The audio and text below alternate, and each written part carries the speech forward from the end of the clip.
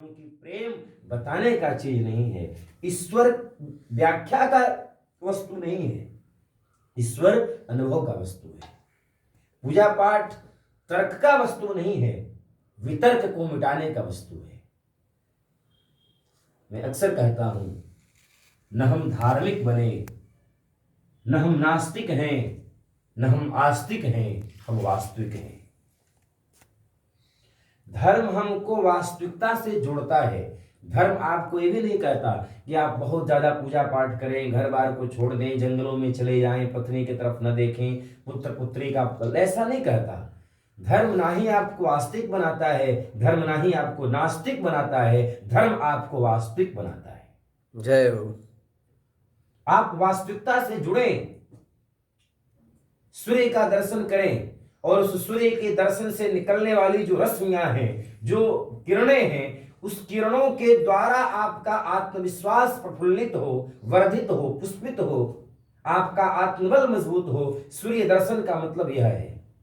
यह नहीं है कि आप 4-5 बाल्टी लोटा चढ़ा रहे हैं, आपके उस पानी देने से सूर्य को नहीं ऊर्जा, और ऐसा कुछ नहीं है, वो शक्तिहीन है।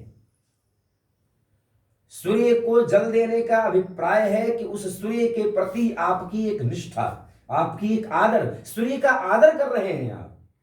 वे हमें रोशनी दे रहे हैं, वे हमें प्रकाश दे रहे हैं, वे हमें जागरण करा रहे हैं। इसलिए धर्म कभी भी आपको आस्तिक और नास्तिक नहीं बनाता है, धर्म वास्तविक बनाता है। धर्मम चर, धर्म करो, सत्यम वद, सत्यम बोलो।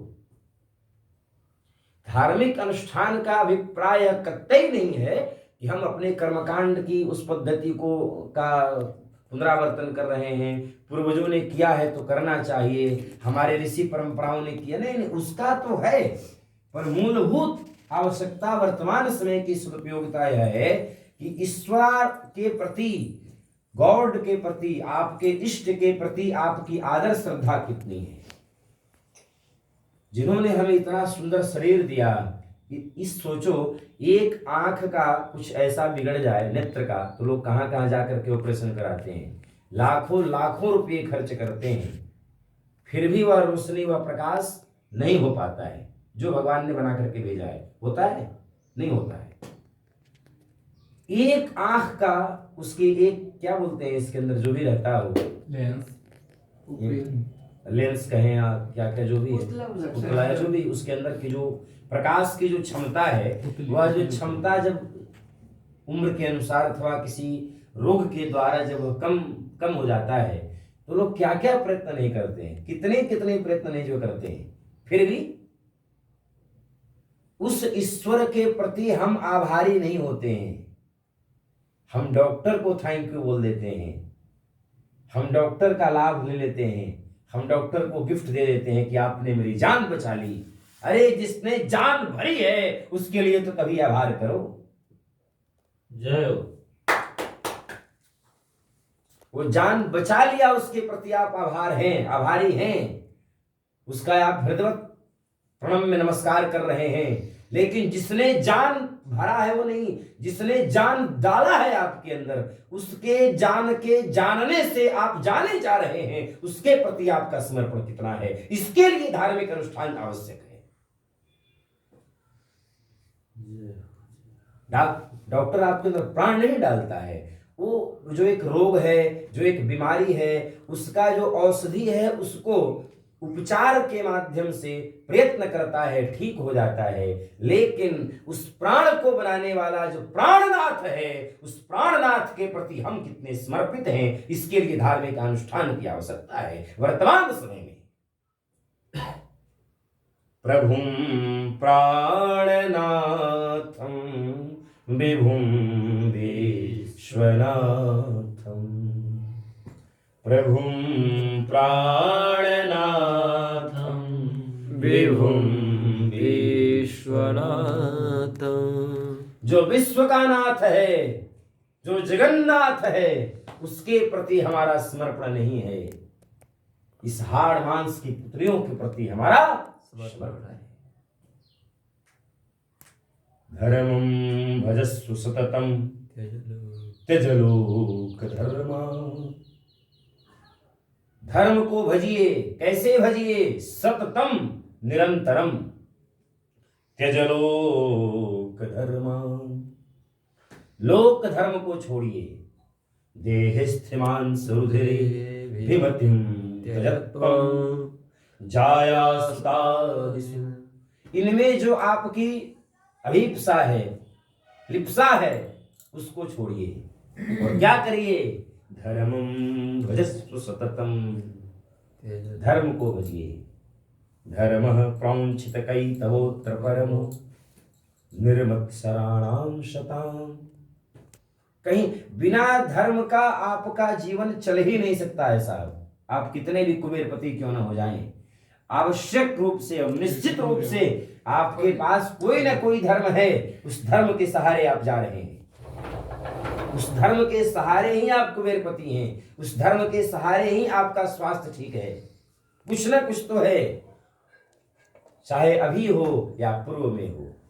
मार्गशीर्ष महोत्सव चल रहा है। मार्गशीर्ष महोत्सव में दीवार्चन, दिव्यार्चन का बहुत अद्भुत संयोग है, सुखद संयोग है। गुरुजी, धर्म किसे कहते हैं ना, इस लोगों को बताया जाए। इस स्थिति में हमको आवश्यक है कि हम सब धर्म से जुड़े, आस्तिक बने, नास्तिक बने, यह आवश्यक है या न हो, हम वास्तविक बने और धर्म से जुड़ के देखिए। धर्म आपको वास्तविक ही बनाएगा। किसी भी मूर्ति से यह आवाज नहीं आती है कि आप मेरी ही पूजा करो। कभी आप शंकर जी का पूजा करके देखें, क्या कभी स्वप्न आया है कि आप मेरी पूजा छोड़ दो, आप केवल राम की पूजा करो? क्या आप राम मंदिर में जाकर के देखो, क्या कभी राम जी कहते हैं कि नहीं मेरी ही पूजा करो, शंकर जी की ना करो? हमारा जो सनातन धर्म है, हमारी जो सनातन संस्कृति है, वो सर्वे भवन्तु सुखिनः, सर्वे सन्तु निरामया, सर्वे भद्राणि पश्यन्तु, मा कश्चित् दुःख भाग् भवेत्, इसकी उपासक है। जय हो। हम पेड़ पत्तों, पेड़ पत्ते, पौधों की भी पूजा करते हैं। आंवला का पूजन होता है हमारी संस्कृति में, हमारे सनातन परंपरा में। पीपल की पूजा होती है हमारे में, केले की पूजा होती है हमारे में। इससे बड़ा सनातन धर्म क्या होगा? इसलिए अनुष्ठान का अर्थ यह कतई नहीं है कि आपके वहां लक्ष्मी की वर्षा हो जाए, आपका यह हो जाए। नहीं नहीं नहीं नहीं। और जब ईश्वर प्रसन्न हो जाए तो क्या यह हो नहीं सकता है क्या? बिल्कुल। कभी भी मन में यह भावना लेकर के न बैठे कि यह कार्य हो जाए, भगवान मेरा यह कार्य कर दो। नहीं, भगवान से यह कहो, भगवान मेरी धर्म में रुचि बढ़ती रहे। आप प्रसन्न हो जाओ ना, कुछ बाकी रहेगा क्या? कुछ बाकी रहेगा? एक दृष्टांत याद आ रहा है, स्मरण में आ रहा है। किसी कैद खाने में बहुत सारे कैदी कैद थे, तो उस कैद खाने का निरीक्षण करने एक बार राष्ट्रपति पधारे। राष्ट्रपति आए, सब जो है कैदियों से पूछा उन्होंने, आप कैसे हैं, आप कैसे हैं, आपको क्या क्या चाहिए, आपको क्या चाहिए? तो किसी ने टीवी मांगा, किसी ने कहा कि मुझे अपनी पत्नी से मिलना है, किसी ने कहा कि मुझे नौकरी दिलवा दीजिए, किसी ने कहा कि मेरे में एयर कंडीशन लगवा दीजिए। सबने अपने अपने विवेक के अनुसार, समस्त कैदियों ने अपने अपने विवेक मत के अनुसार कुछ न कुछ राष्ट्रपति महोदय से मांगा। महामहिम है, देश का राष्ट्रपति है, मालिक है, कोई सामान्य पदवी नहीं है। उसके एक हस्ताक्षर से मौत भी जिंदगी में बदल सकती है, इतना उसका पावर है, वजन है, उसका वजूद है। एक कैदी कोने में पड़ा हुआ था, उसके पास राष्ट्रपति महोदय जाते हैं, पूछते हैं आप गुमसुम बैठे हो, चुपचाप बैठे हो, आपको कुछ न चाहिए? कैदी मुस्कुराता और कहता है, मुझे यह भोग विलासिता, यह कैद खाने यह नहीं चाहिए। यदि आप देना चाहते हो तो मुझे इस कैद खाने से मुक्त कर दो। जय। राष्ट्रपति हर्षित हुए, गदगद हुए। उस कैदी ने जो मांगा वो तो किसी ने नहीं मांगा। राष्ट्रपति के पावर को, राष्ट्रपति की क्षमता को वह कैदी जानता है, अच्छे तरह से बखूबी जानता है कि राष्ट्रपति चाहेंगे तो मेरी जो सजा हुई है वो सजा माफ हो सकता है। और मुझे इस कैद खाने से मुक्ति मिल जाएगी, मुझे इस चार दीवारी के अंदर बंधना नहीं पड़ेगा। और राष्ट्रपति ने कहा वाह, तो मांगो भी ऐसा। और किससे मांग रहे हो? मांगने का भी सलीका है, मांगने का भी तरीका है। हम ईश्वर से मांग रहे हैं, हम राष्ट्रपति से एयर कंडीशन मांग रहे हैं। सच्चे अर्थ में तो वही उसी जो है कैदी ने मांगा कि मुझे इस कैद खाने से मुक्त कर दो। हम भी इनसे यह मांगे, हम भी इनसे, अपने मालिक से, अपने परवरदिगार से, अपने ब्रह्म से, अपने इष्ट से यह मांगे, पुनरपि जननम पुनरपि मरणम पुनरपि जननी जठरे शयनम। इस आवागमन का जो चक्र है, पुनर्जन्म का जो चक्र है, हे भगवती पराम्बा महाविद्या सर्वस्व कारणी सच्चिदानंद स्वरूपणी जगदम्बा महिषासुरमर्दिनी पराम्बा भगवती दुर्गा, हमें भी इस लोक के आवागमन के चक्र से मुक्त कर दो।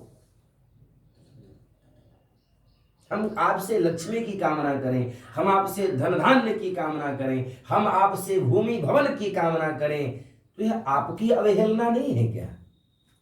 सोचो, हम इनसे 2-4 करोड़ 2-4 अरब मांग रहे हैं। किनसे मांग रहे हैं? जो लक्ष्मी है। या श्री स्वयं सुकृति नाम भवनेश्वर लक्ष्मी, जो साक्षात लक्ष्मी है, कुबेर भंडार है जिनके वहां, उनसे हम भूमि भवन मांगते हैं। हमें मांगना नहीं आया। सच्चे अर्थ में हमें मांगना नहीं आया। हम मांगे तो क्या मांगे? यही मांगे, पुनरपि जननम पुनरपि मरणम पुनरपि जननी जठरे शयनम। आप ऐसा करिए कि आप प्रसन्न हो जाएं, और आपकी प्रसन्नता में ही ये सब चीज संगमाहित है।